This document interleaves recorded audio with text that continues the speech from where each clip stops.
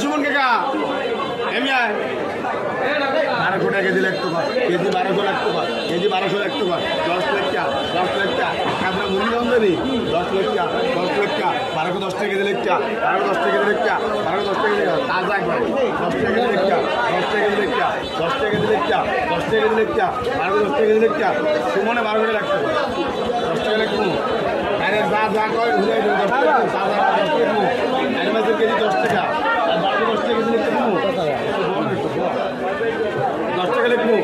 এ সবুজ ভাই